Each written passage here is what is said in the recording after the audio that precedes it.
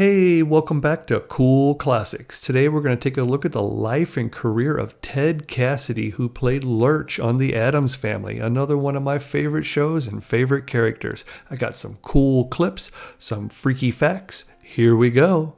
He was born Theodore Crawford Cassidy, July 31st, 1932 in Pittsburgh, Pennsylvania. When he was very young, his family moved to Philippi, West Virginia, so that's where he was primarily raised. He is of Irish ancestry, and he was a very smart kid. Actually, he was academically gifted. He attended the 3rd grade at only 6 years old. He was a freshman in high school at the age of 11. He was also already on both the football and basketball teams. This is because he was born with a condition called acromegaly, which allowed his body to produce too much growth hormone, causing him to grow at a faster rate than everyone else. So while being the freshman basketball player, he was already 6 foot 1 inches tall, and by the time he graduated high school, he had reached his maximum height, 6 foot 9 inches. Now you think that being smarter and bigger than all of the rest of the kids would be an advantage for him, but he says it was the opposite. Instead, they looked at him as if he was some sort of freak. They called him monster. They didn't want to be around him. They were more afraid of him and just outcast him. He said it really hurt. After graduating high school, he enrolled at Wesleyan College in West Virginia, becoming a member of the Alpha Sigma Phi fraternity. He later transferred to Stetson University in Florida, where he was active in the student government and played on their basketball team, the Stetson Hatters, for 3 seasons, 1952 through 1955. And while down there, he became a member of the Florida Life Saving Corporation, working as a lifeguard in the Ormond and Daytona Beach areas. After graduating with a degree in speech and drama, he married Margaret Helen Jesse in 1956, and the two of them moved to Dallas, Texas. This is where he got a job on the radio as a midday DJ. It was on WFAA in Dallas. The radio station also had a TV channel, and occasionally they would send him over to do a show called Dialing for Dollars, and he would play an outer space creature named Creech. I have looked high and low for this. I cannot even find a picture, but if anybody has a clip, it's his first ever television appearance. Now on November 22nd, 1963, President John F. Kennedy was assassinated in Dallas. Ted went immediately on the air and did an in-studio update. I found a small clip that's pretty clear. Listen to this. Reaction around the world has been diverse and instant. Right after that, he rushed down to the location, and he was one of the first people to interview eyewitnesses W.E. Newman Jr. and Gail Newman. There's audio of all of this on the internet that you can listen to, but I can't use it in the video. I find it wild that he was right there when it happened and part of the early documentation of it all. Now, something else cool that I found out about him, he could play the piano really good. Every day when he would leave the radio station, he would head down to Luby's Cafe at the Lockwood Shopping Center in Dallas, and they paid him to play their organ to entertain the patrons. He had a tip jar up there. He was their piano man. Also around this time, Ted and Margaret had 2 children, a son named Sean and a daughter named Cameron. I looked them up to see whatever became of them, and they both became lawyers. Now, while he was working at the radio station, local advertisers would pay him to narrate their commercials because he had a deep voice and they liked the sound of it. And over time, this spread out through a larger region of the country and a wider variety of commercials. Here's a wacky assortment that I found. He's got some different characters going on here. Check it out. Pardon, ma'am. May I tell you something about Oak Farm's chocolate milk? Sure. Well, you already know most mothers say that it's just the ticket for the kids. And of course the kids think it's great too. But did you know it's made with Oak Farm's 100% grade A pasteurized milk? And ma'am, that's the best in the house. Hey, you tired of ordinary hot dogs? Listen to me then. I'm Colonel Dixie, and I make a hot dog for hot dog lovers. Yes, sir. I make 'em quick and I make 'em for only 19 cents. Of course, my hamburgers are something wonderful, too, for only 15 cents. But wait till you try my hot dogs. Doggone, they're good. Now, I have two places here in Mobile, and you can't miss them. They look like Mississippi riverboats. Colonel Dixie's on Highway 90 West and on Fulton Road, just past the railroad. Come see me. I'd be mighty proud. It's First Save-A-Plan. Just tell First National Bank in Dallas to transfer money from your checking account to your First Save-A-Plan account every month. You'll get a monthly statement showing your deposit and running total at the rate of 3.5% or 4% annually, depending on how long your money is on deposit. And each account's insured at $10,000 by the Federal Deposit Insurance Corporation. First Save-A-Plan really works. So come in and give First National Bank in Dallas an opportunity to say yes to your First Save-A-Plan account. All over America, you'll see men teeing off, goofing off, showing off, taking off in Hager slacks. No matter what you do or how you do it, you'll look great in Hager slacks. Man, I get a kick out of discovering stuff like that. And it ain't over yet. There's a lot more coming, so hang on. But first, he also got to narrate in a movie called The Angry Red Planet, and he was the voice of the Martian. Tom, Iris, I have something I want you to hear. You were right. The whole speech was on the recorder. I think you should listen to it. Men of Earth, we of the planet Mars give you this warning. We have known your planet Earth since the first creature crawled out of the primeval slime of your seas to become man. Do not return to Mars. Now, during this time, Ted would often drive into California and audition for roles in movies and on television, but every time they told him, "You're really good, but you're just too tall for the part. It wouldn't look right with the rest of the cast." Then one fateful day, he hears that ABC is doing an open casting call looking for tall actors only. And he thinks, well, this is right up my alley. So he shows up on the day he's supposed to, and everyone there is tall, if not taller than he is. He starts to wonder if they're not auditioning for a basketball team. But once he got the script and the lines they were supposed to read, he thought, what is this? And next thing you know, he's in there auditioning, and he gets the part of Lurch on the Addams Family.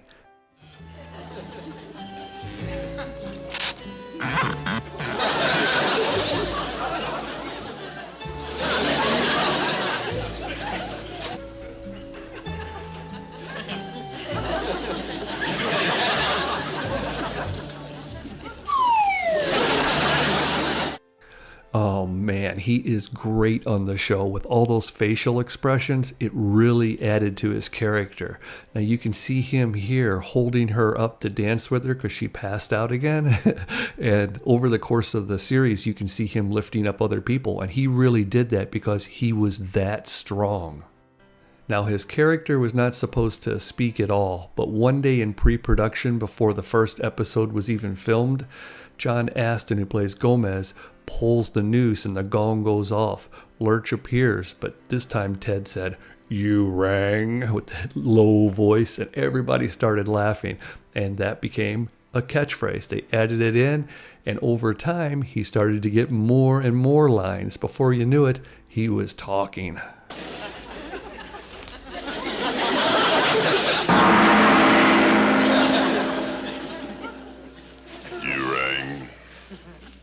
Mrs. Addams and I have had a serious talk about you, Lurch, and we've decided that this year you should attend the Butler's Ball. I'm a wallflower. What? I can't dance. What's so simple? You can learn in no time. It'll be fun. I like being miserable. Grandmama taught me. She's a great dancer. I'll smile.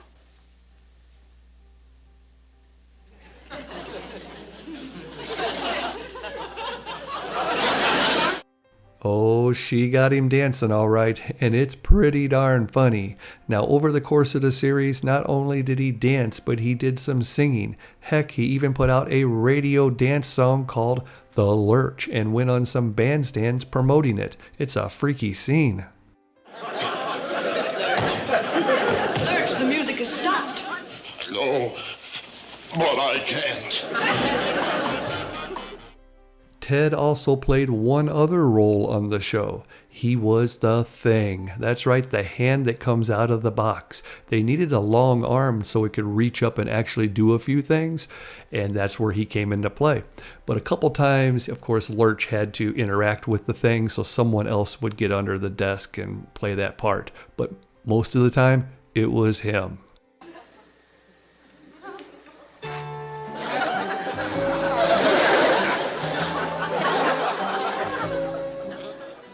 Now, on the show, Lurch was known for playing the harpsichord. Now, you'd think since Ted could play the piano so well that he just did that part too, but no, that music was added in because they wanted a certain style. You want my harpsichord? Mr. Belmont wants it for the museum. But it's mine. Now, I found this rare clip here of him playing basketball at a celebrity basketball game, but he's on the bench right here. I only see him for a split second signing an autograph. There's John Aston, and here we go right there. Look at that. Very rare footage. I wish I could find the whole thing. And the only color video footage that I can find of Lurch is when he appears on an episode of Batman. World, the hungry children. Good thinking, Robin. Oh, it's you, Batman. Gave me quite a start. Yes, citizen, you may return to your harpsichord. Oh. Ted went on to appear in all 64 episodes of The Addams Family, and after the series ended, he went right back into narration, first starting with The Adam Ant Show. It's Adam Ant. His strength, his might, his speed, his fight. He's Adam Ant, that tiny ant, and his atomic power. Has what it takes and always makes the vilest villain cower. Next, he appeared on Lost in Space, playing a slave in the episode The Thief from Outer Space. Where were you? Sleeping again, I suppose. No, Master, no. I was busy at the furnace. Liar! How many times must I tell you, this is an asteroid. We sail through space like an empty cold rock. Then he did 18 episodes of Frankenstein Jr. and the Impossibles, narrating the voice of Frankenstein Jr. Then he played the voice of the giant in the Jack and the Beanstalk movie from 1967. After that, he appeared on an episode of the Beverly Hillbillies called The Dahlia Feud.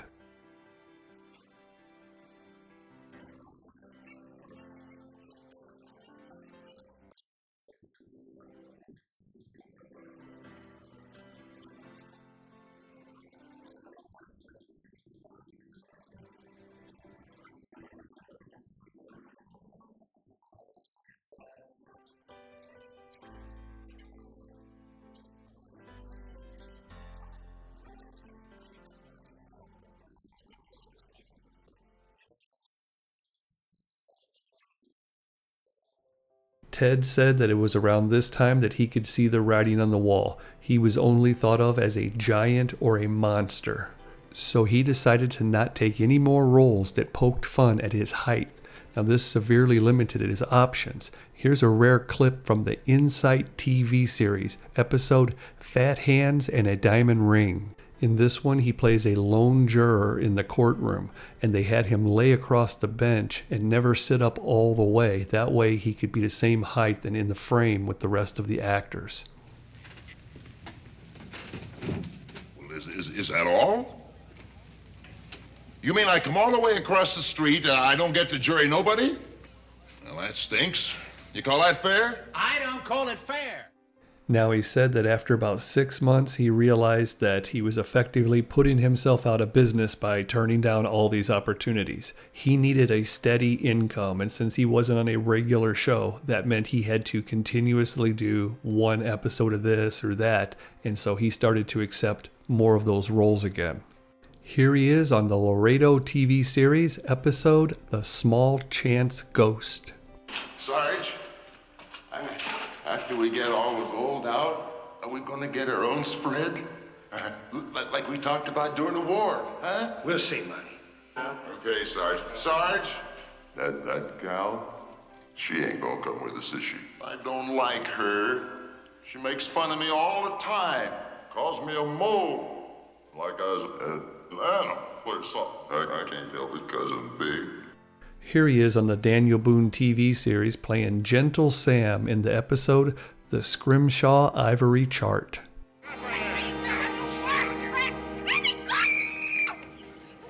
All right. I don't know anything about a map, and I don't know anything about a treasure. And I think you've been listening to too many sailor stories. Hey, maybe I should wallop her, eh? In a minute.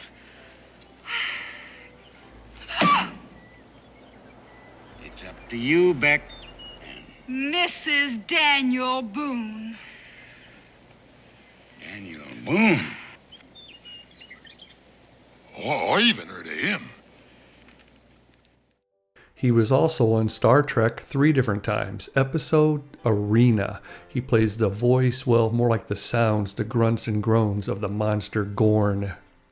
And you can hear his voice in the episode The Corbomite Maneuver. We will soon inform you of our decision regarding your vessel. But the coolest one was episode What Are Little Girls Made Of? He plays Ruk the Alien. Now, I've seen this probably 3 or 4 times in my life, and I never knew it was him. Look at that. He gets to lift up William Shatner and throw him. That's worth a like right there. Now I'm geeking out and going hog wild with all the clips this time. Let me know in the comments below. Were there too many or was it just right? Because I'm trying not to leave anything cool out or something that might be a new discovery for you. He was on I Dream of Jeannie twice in episodes Please Don't Feed the Astronauts and Jeannie, Jeannie, Who's Got the Genie? Fidel dog, you have desecrated the tents of the women. For this, you must die. Die?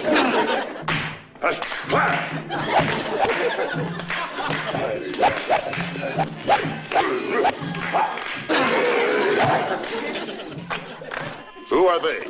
Oh, friends, this is Cousin Hamid. This is my beloved Master Major Nelson and Major Healy. Welcome to my humble village. My tent is your tent.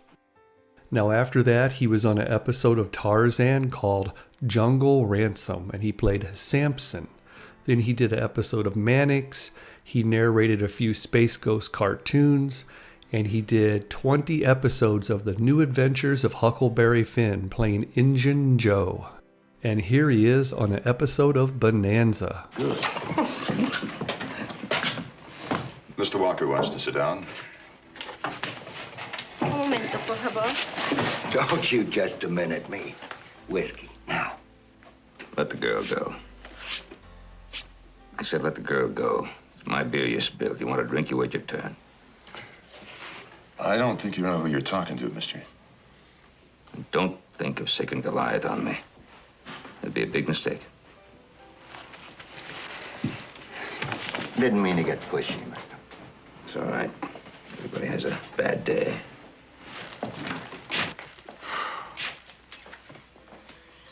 Did you see the size of the NFL? And you were going to take him on.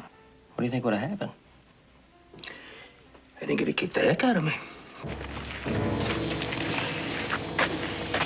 I'll go back in and get him. No. I didn't just buy him a drink, Garth. I bought him his last drink. And then he got to be in the movie Butch Cassidy and the Sundance Kid. Forget about Logan taking over, okay, Flatnose? Well, you always said that any one of us could challenge you, Butch. Well, that's because I figured no one would do it. Figured wrong, Butch. Well, that's because everything's different now. Guns or knives, It's Butch? harder now. You gotta plan more. You gotta prepare more. Guns or knives? I don't want to shoot with you, Harvey. Anything you say, Butch. Sundance? When we're done, if he's dead, you're welcome to stay. No, not yet.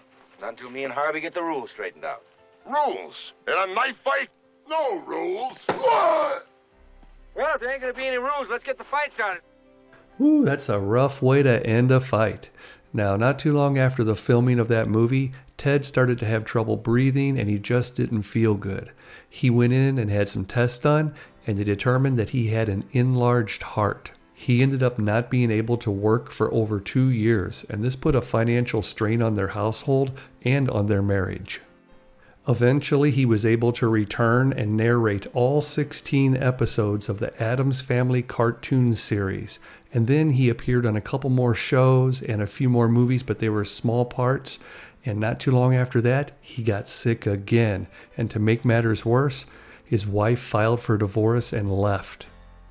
He returned to television in 1976 to play Bigfoot on the Bionic Woman episode Return of Bigfoot Part 2. Andre the Giant played in it previously but couldn't be there. And from there he started to have more appearances on television, but the main thing was that he started to feel really good. His health improved a lot, and he also met and fell in love with actress Sandra Ego. Now, there are a couple interviews with him around this time where he talks about how he's in love, everything's good, he's happy. He even talks about the Addams Family and Lurch. He says that was the best thing in his career to happen to him. It was like he came to terms with being, typecast as a monster or something. He kind of let all that go. He seemed really happy. He also talked about staying busy, and boy did he. There's a 2-year period where he was just narrating everything on television. In 1978, he appeared 8 times on television. He also narrated Yogi's Space Race for 13 episodes, Jana of the Jungle for 13, and the Fantastic Four for 13 episodes, playing Ben Grimm, the Thing. He also narrated 16 episodes of Dinky Dog, along with 16 episodes of Challenge of the Super Friends, playing Brainiac and Black Manta. It's time for us all to go to the Hall of Justice. Once Africa is ours, it won't be long before the world falls under our crushing power. He also did 5 McDonald's commercials playing Officer Big Mac. With hotcakes and sausage. And milk and juice to make it complete.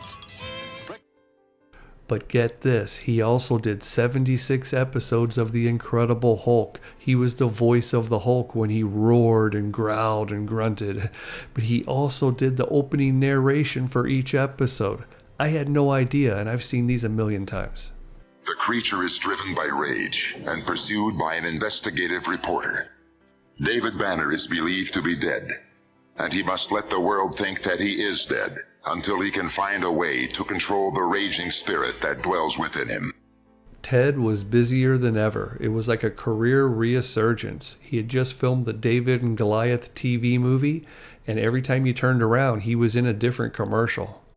Doors are out. Come on, George, really smack it. Smack it? Oh! George.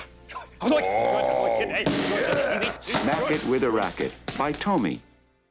Ted and Sandra were engaged in 1978, and they had their wedding planned for May of 1979. In early January, Ted became very ill, and they had to do emergency open-heart surgery to remove a benign tumor from his heart.